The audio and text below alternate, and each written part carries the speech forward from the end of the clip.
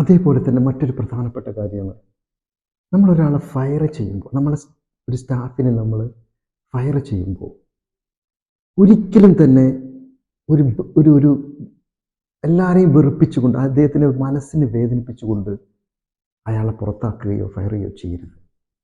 ഏറ്റവും മാന്യമായ രീതിയിൽ, ഇത് അവൻ തന്നെ തീരുമാനമാണ് എന്നുള്ള രീതിയിൽ, അതല്ലെങ്കിൽ ഇത് അവന് കൂടി ബെനിഫിറ്റ് ഉള്ളതാണ് എന്ന് മനസ്സിലാക്കിക്കൊണ്ടുള്ള ഒരു ഫയറിങ് ആയിരിക്കണം. പൊതുവെ നമ്മൾ സാധാരണ കാണാറുണ്ട്, വലിയ രീതിയിലുള്ള അവഹേളനങ്ങളും പരിഹാസങ്ങളും, അല്ലെങ്കിൽ മറ്റുള്ളവരുടെ സ്റ്റാഫിൻ്റെ മുമ്പിലൊക്കെ മോശമായി പെരുമാറിയിട്ട് ഒരാളെ പുറത്താക്കുക എന്നുള്ളത് ഒരിക്കലും ഒരു ബിസിനസ് ഓണർ ചെയ്യരുത്. ഏറ്റവും മാന്യമായ രീതിയിൽ വളരെ സിമ്പിളായിട്ട് മെയിൽ അയച്ച് എല്ലാ സ്റ്റാഫിൻ്റെയും നല്ല കാര്യങ്ങളാണ് അവൻ ചെയ്ത് നല്ല കാര്യങ്ങൾ മാത്രം പറഞ്ഞുകൊണ്ട് മാത്രമേ ഫയർ ചെയ്യാൻ പാടുള്ളൂ.